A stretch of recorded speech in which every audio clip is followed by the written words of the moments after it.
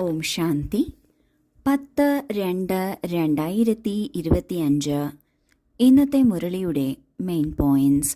മധുരമായ കുട്ടികളെ, നിങ്ങൾക്ക് ബാബയിൽ നിന്ന് ലഭിക്കുന്ന അദ്വൈത മതത്തിലൂടെ നടന്ന് കലിയുഗി മനുഷ്യരെ സത്യുഗി ദേവത ആക്കുന്നതിനുള്ള ശ്രേഷ്ഠ കർത്തവ്യം ചെയ്യണം. നമുക്ക് ബാബയിൽ നിന്ന് ലഭിക്കുന്നത് അദ്വൈത മതമാണ്. അദ്വൈത മതം എന്നാൽ അതിനൊരു രണ്ടാമതൊരു അഭിപ്രായം ഇല്ല. കാരണം ബാബ എന്തു പറയുന്നുവോ അത് സത്യമാണ്. അതിനുപരിയായി ഒന്നും തന്നെ ഇല്ല. ഇങ്ങനെയുള്ള സത്യമായ നിർദ്ദേശത്തിലൂടെയാണ് കലിയുഗത്തിലെ സാധാരണ മനുഷ്യരെ സത്യുഗത്തിലെ ശ്രേഷ്ഠ ദേവതകളാക്കി മാറ്റുന്നത്. ഈ ഒരു ശ്രേഷ്ഠ കർത്തവ്യം ബാബയുടേതാണ്. നമ്മൾ ബാബയുടെ കുട്ടികളാണ്. അപ്പോൾ നമ്മുടെയും ശ്രേഷ്ഠ കർത്തവ്യം ഇത് തന്നെയാണ്. കലിയുഗത്തിലെ മനുഷ്യരെ സത്യുഗത്തിലെ ദേവതയാക്കി മാറ്റുക എന്നത്. ചോദ്യം: എല്ലാ മനുഷ്യരും എന്തുകൊണ്ട് ദുഃഖിതരാണ്? അതിൻ്റെ മൂലകാരണം എന്താണ്? ഉത്തരം: രാവണൻ എല്ലാവരെയും ശപിച്ചിരിക്കുകയാണ്. ഇതിനാൽ എല്ലാവരും ദുഃഖിതരാണ്. ബാബ സമ്പത്ത് തരുന്നു, രാവണൻ ശപിക്കുന്നു. ഇത് ലോകം അറിയുന്നില്ല. ബാബ സമ്പത്ത് നൽകി. അപ്പോഴാണ് ഭാരതവാസികൾ ഇത്രയും സുഖികളും സ്വർഗത്തിന്റെ അധികാരികളുമായത്, പൂജ്യരായത്. ശപിക്കപ്പെടുന്നതിലൂടെ പൂജാരിയായി തീരുന്നു.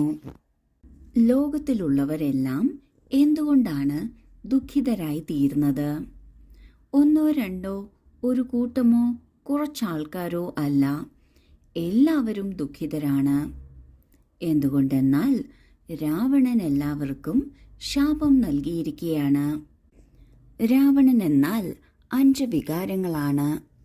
ഈ 5 വികാരങ്ങൾ എപ്പോഴാണോ നമ്മളുടെ ഉള്ളിൽ പ്രവേശിച്ചത്, അപ്പോൾ മുതൽ നമ്മുടെ ഉള്ളിൽ നിന്ന് നന്മയും ധർമ്മവും ശ്രേഷ്ഠതയും എല്ലാം നഷ്ടപ്പെട്ടു. ഈ നന്മയും ശ്രേഷ്ഠതയും ധർമ്മവുമെല്ലാം നമുക്ക് തന്നിരുന്നത് ശിവബാബയാണ്, നമ്മുടെ അച്ഛനാണ്. ബാബ സമ്പത്തിന്റെ രൂപത്തിൽ ഈ മുഴുവൻ ലോകം തന്നെയും നമ്മുടെ സന്തോഷത്തിനായി നമുക്ക് തന്നു.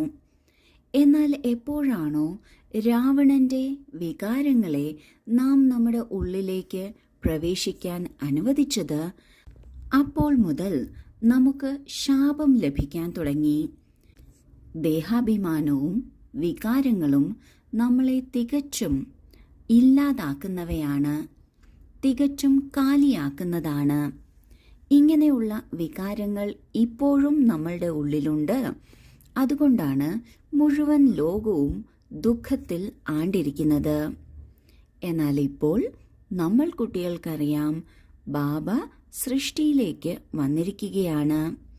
ബാബ എല്ലാവർക്കും സമ്പത്ത് നൽകുന്നു, പ്രത്യേകിച്ച് ഭാരതവാസികൾക്ക്.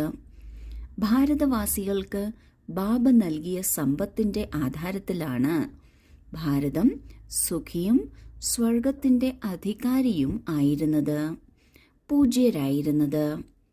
ഭാരതം പൂജ്യമായിരുന്നു അർത്ഥം ഭാരതത്തിലുള്ള ഓരോ മനുഷ്യനും പൂജ്യരായിരുന്നു. ആ സമയത്തെയാണ് സത്യയുഗം എന്ന് പറയുന്നത്. ആരാണ് നമ്മെ ശപിക്കുന്നത്, ആരാണ് നമ്മെ സ്വർഗത്തിന് അധികാരിയാക്കുന്നത് എന്ന് ലോകത്തിലുള്ളവർക്കറിയില്ല. എന്നാൽ നമ്മൾ കുട്ടികൾക്കറിയാം. അതിൻ പ്രകാരം നമ്മുടെ ഉള്ളിലുള്ള വികാരങ്ങളെ മാറ്റുക, ബാബയെ ഓർമ്മിക്കുക. ധാരണയ്ക്കുള്ള മുഖ്യസാരം: 1. വിജയമാലയിൽ വരുന്നതിന് ബാബയുടെ സഹായിയായി സേവനം ചെയ്യണം. ഒരു പ്രിയതമനോടൊപ്പം സത്യമായ പ്രീതി വയ്ക്കണം. ഒന്നിനെ തന്നെ ഓർമ്മിക്കണം. 2. തൻ്റെ ആക്യുറേറ്റായ ലക്ഷ്യവും ഉദ്ദേശവും മുന്നിൽ വെച്ച് പൂർണ്ണ പുരുഷാർത്ഥം ചെയ്യണം. ഡബിൾ അഹിംസകരായി മനുഷ്യരെ ദേവതയാക്കുന്ന ശ്രേഷ്ഠ കർത്തവ്യം ചെയ്തുകൊണ്ടിരിക്കണം. ആദ്യത്തെ പോയിന്റിൽ ബാബ പറയുന്നു, വിജയമാലയിൽ വരണമെങ്കിൽ പൂർണ്ണമായും ബാബയുടെ സഹായി ആകണം. ഏതുപോലെയാണോ ബാബ, അതിന് സമാനമായി തീർന്ന് സേവനം ചെയ്യണം. ഒരു പ്രിയതമനായ ബാബയോട് സത്യമായ സ്നേഹമുണ്ടായിരിക്കണം. അതായത് ഒരു ബാബയെ മാത്രം ഓർമ്മിക്കണം, മറ്റൊരു ദേഹധാരിയെയോ മറ്റൊരു വസ്തുക്കളെയോ ഓർമ്മിക്കരുത്. എല്ലാ സുഖവും ബാബയിൽ നിന്ന് എടുക്കണം. രണ്ടാമത്തെ പോയിന്റിൽ ബാബ പറയുന്നു, എന്താണ് നമ്മുടെ ലക്ഷ്യം എന്നത് നാം എപ്പോഴും മുന്നിൽ വെക്കണം. ലക്ഷ്യമുണ്ടെങ്കിലാണ് അവിടെ എത്തിച്ചേരണം എന്ന ഉത്സാഹമുണ്ടാകുന്നത്. ആ ഉത്സാഹമുണ്ടാകുമ്പോൾ നമ്മൾക്ക് പുരുഷാർത്ഥം ചെയ്യുക സഹജമായി തീരും. ബാബ പറയുന്നു, ഈ ലക്ഷ്യം മുന്നിൽ വെച്ച് പൂർണ്ണമായും പുരുഷാർത്ഥം ചെയ്യണം. പിന്നെ ചെയ്യാം, കുറച്ച് ചെയ്യാം എന്ന് ഒഴിവുകഴിവ് ചിന്തിക്കരുത്. ഡബിൾ അഹിംസകരാകണം. അതായത് കാമത്തിനു മേലും ക്രോധത്തിനു മേലും ജയിച്ച് മനുഷ്യരെ ദേവതയാക്കുന്ന ശ്രേഷ്ഠ കർമ്മം അല്ലെങ്കിൽ ശ്രേഷ്ഠ സേവനം ചെയ്തുകൊണ്ടിരിക്കണം. വരദാനം: വിജയത്തിന്റെ ലഹരിയിലൂടെ സദാ ഹർഷിതമായിരിക്കുന്ന സർവ ആകർഷണങ്ങളിൽ നിന്നും മുക്തരായി ഭവിക്കട്ടെ. വിജയീ രത്നങ്ങളുടെ ഓർമ്മചിഹ്നമാണ് ബാബയുടെ കഴുത്തിലെ മാലയായി ഇന്ന് വരെയും പൂജിക്കപ്പെടുന്നു. അപ്പോൾ സദാ ഈ ലഹരി ഉണ്ടായിരിക്കണം. നമ്മൾ ബാബയുടെ കഴുത്തിലെ മാലയായ വിജയീ രത്നമാണ്. നമ്മൾ വിശ്വ അധികാരിയുടെ ബാലകരാണ്. നമുക്ക് എന്താണോ ലഭിച്ചത് അത് മറ്റാർക്കും ലഭിക്കുക സാധ്യമല്ല. ഈ ലഹരിയും സന്തോഷവും സ്ഥായിയായിരിക്കണം. എങ്കിൽ എല്ലാ തരത്തിലുള്ള ആകർഷണത്തിൽ നിന്നും ഉപരിയായിരിക്കും. ആര് സദാ വിജയിയാണോ അവർ സദാ ഹർഷിതമാണ്. ഒരു ബാബയുടെ ഓർമ്മയുടെ ആകർഷണത്തിൽ തന്നെ ആകർഷിതരായിരിക്കണം. നാം വിജയീരത്നമാണ്. ബാബയുടെ കഴുത്തിലെ മണിയാണ്. വിശ്വ അധികാരിയുടെ ബാലകരാണ്. എന്താണോ എനിക്ക് ലഭിച്ചിട്ടുള്ളത് അത് ലോകത്തിൽ ആർക്കും ലഭിച്ചിട്ടില്ല. ഈ ലഹരിയും സന്തോഷവും സ്ഥിരമായി ഉണ്ട് എങ്കിൽ ഒരാകർഷണത്തിലും പെടില്ല. ഈ ലഹരി സ്ഥിരമായി ഉണ്ടാകുന്നതിന് സദാ ഈ ഓർമ്മയിലിരിക്കണം. ഇങ്ങനെ ഓർമ്മയിലിരിക്കുമ്പോഴാണ് നാം ഒരാകർഷണത്തിലും പെടാത്തത്. അപ്പോഴാണ് നാം സദാ വിജയിയായി തീരുന്നത്. ഇങ്ങനെ വിജയിയാകുന്നതിലൂടെ ഹർഷിതമായും ഇരിക്കും.